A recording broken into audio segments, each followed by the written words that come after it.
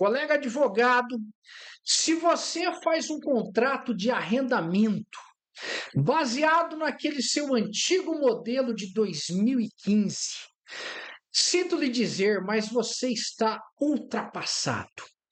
A inteligência artificial, estrategicamente, nos auxilia a elaborarmos um contrato de arrendamento com cláusulas e tendências modernas, como crédito carbono, cláusulas de sustentabilidade, cláusulas referentes à reforma tributária, gross up, split payment, dentre outras, cláusulas de upside, dentre outras que nós vamos estudar aqui agora. Então, doutores, utilizem aquilo que eu sempre falei, o uso estratégico da advocacia com o IA, tudo com metodologia. Observem, antes de redigir qualquer cláusula, é preciso rever cenários. E é aqui que entra a inteligência artificial. Então vamos pegar a seguinte situação que está aqui no nosso exercício. As partes, arrendador é um proprietário de uma fazenda com 500 hectares no estado do Mato Grosso, e o arrendatário é uma empresa de agronegócio focada em soja e milho safrinha. Nós estamos aqui advogando para o arrendador. O objeto é uma área produtiva com infraestrutura parcial, né? Galpão e poço artesiano, mas que necessita de investimentos em correção de solo, calagem e gessagem. Prazo de 10 anos, contrato de longo prazo, para viabilizar o retorno do investimento. Preço estipulado em sacas de soja por hectare, com periodicidade de pagamento anual. Então, pois bem, senhores, aqui é um cenário mínimo, como se o cliente estivesse nos passando as condições gerais. O que se recomenda? Vamos prever cenários, o que se discute de atualidade. Quais são as cláusulas, as tendências modernas de um contrato de arrendamento? Por isso eu sempre digo, a necessidade de se formar um setup, um stack de IA ou um ecossistema. Eu recomendo sempre, quando for verificar tendências, modernidade, atualidade daquilo que se discute, duas plataformas de IA em especial. E é o que nós vamos trabalhar. Nós vamos pegar aqui a questão, vamos copiar e vamos colocar aqui inicialmente com a Perplexity. A Perplexity, ela é um excelente motor de busca da internet para se fazer pesquisa. Junto da Perplexity, nós vamos nos valer de uma segunda plataforma, que é a Grok, para buscar tendências, aquilo que rola no Twitter, antigo X. Perfeito? Copiado aqui, vamos fazer o seguinte prompt. Você, como expert em direito agrário, ambiental e modernas tendências, elabore para mim as cláusulas modernas e necessárias que devam integrar neste contrato de arrendamento. Você também é advogado do arrendante. Seja cirúrgico. E aqui está a Perplexity elaborando o seu raciocínio, certo? Olha só as cláusulas que a Perplexity nos dá. Segue uma minuta cirúrgica com viés pró-arrendador, já estruturada em cláusulas modernas, como solo, ESG, compliance, garantias e rescisão. Ajuste de dados concretos, nomes, valores, coordenadas. Aí aqui ele dá cláusula primeira, né, o objeto. Vamos pegar aqui.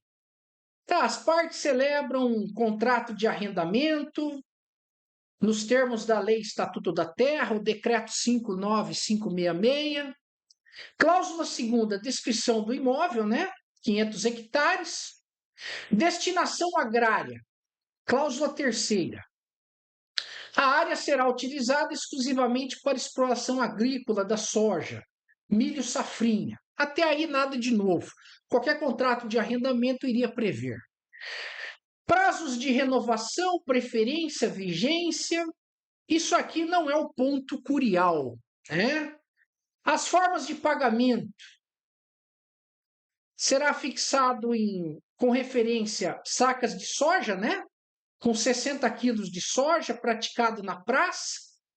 O valor será sempre pago em reais. Vencimento em mora, não é o caso. Reequilíbrio contratual. Alteração substancial à base de econômico, não é o que eu queria ainda. Investimento do solo, benfeitorias e infraestrutura. Opa! Investimento de solo. As partes elaborarão a vistoria com descrição detalhada do estado do solo, galpão, poço artesiano. O laudo servirá como referência. Correção do solo. O arrendatário assume a obrigação de realizar as suas expensas, a correção do solo, calagem, gessagem, adubação de base e manejo de fertilidade, conforme o projeto agronômico. Legal, isso aqui atende àquilo que eu pedi. As intervenções de solo serão consideradas benfeitorias úteis e necessárias para a produtividade e conservação, não ensejando em regra qualquer indenização ao arrendador ao término do contrato. Manutenção, uso da infraestrutura. O arrendatário deverá conservar as suas expensas, o galpão, o poço artesiano, novas benfeitorias, né? As benfeitorias voluptuárias somente poderão ser realizadas com a anuência prévia e escrita do arrendador. As benfeitorias úteis e necessárias que extrapolem o mínimo acordado poderão ser objeto de compensação. Aqui entra uma segunda inovação. A primeira que nós verificamos foi a questão do investimento do solo, né? Que era a gessagem, calagem e adubação. Uma cláusula importantíssima e atual. Uma outra questão que eu julgo aqui ser moderno e atual é a cláusula 14. As obrigações agrárias, ambientais e ESG. O arrendatário compromete-se a utilizar técnicas de manejo sustentável, incluindo rotação de culturas, controle de erosão, manutenção de cobertura, insumos, prática de queima não autorizada, descarte regular de embalagens de agrotóxicos, qualquer conduta que acarrete degradação significativa. Isso aqui, senhores, é muito importante, tá?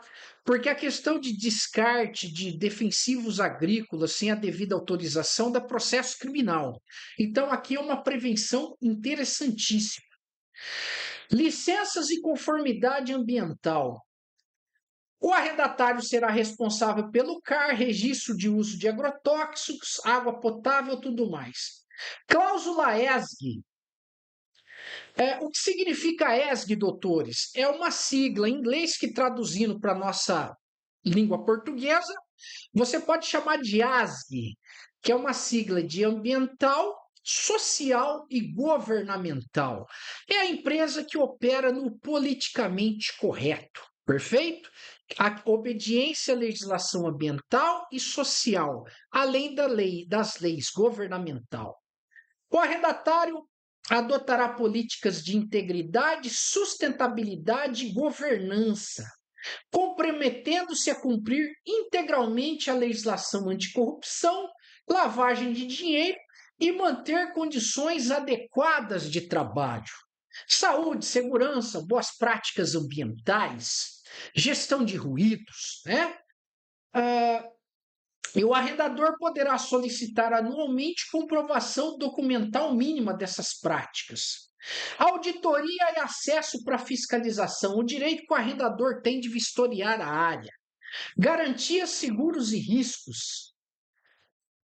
Para a garantia das obrigações, o arrendatário prestará caução em dinheiro, fiança bancária e vai, tá?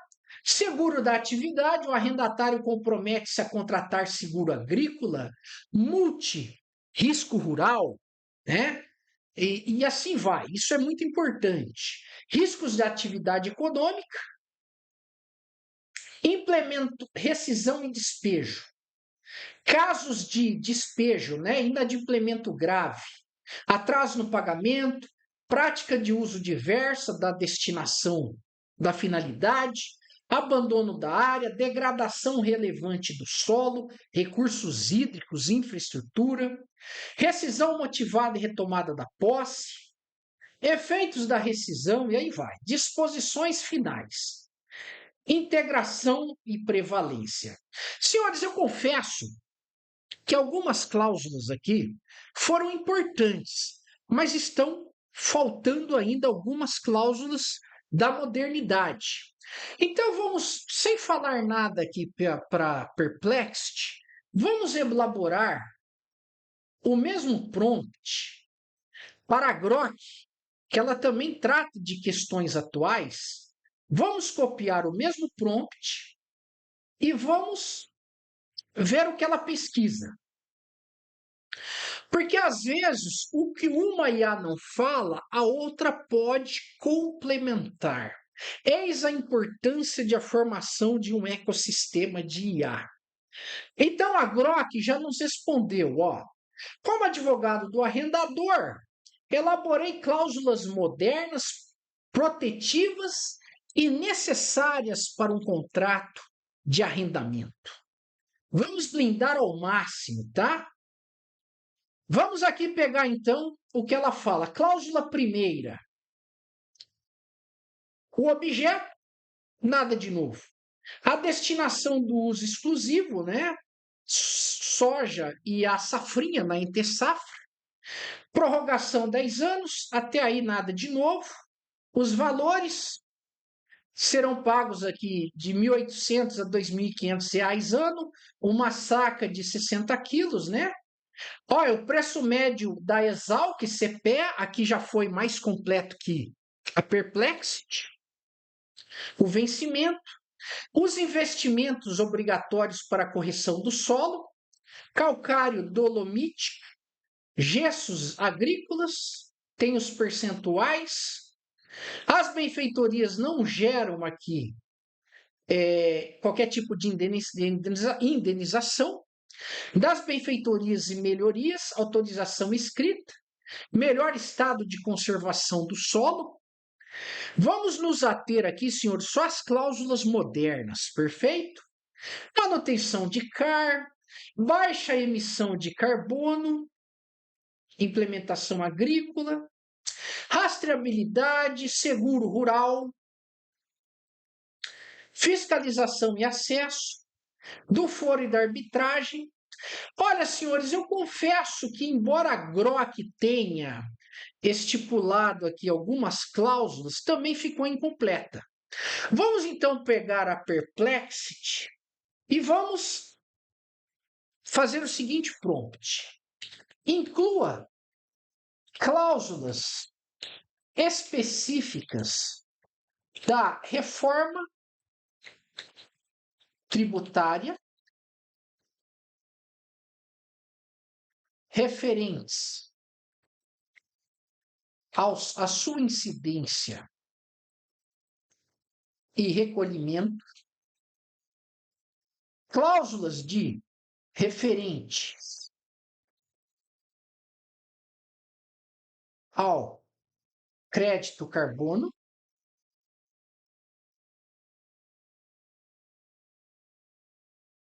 e cláusula referente ao upside.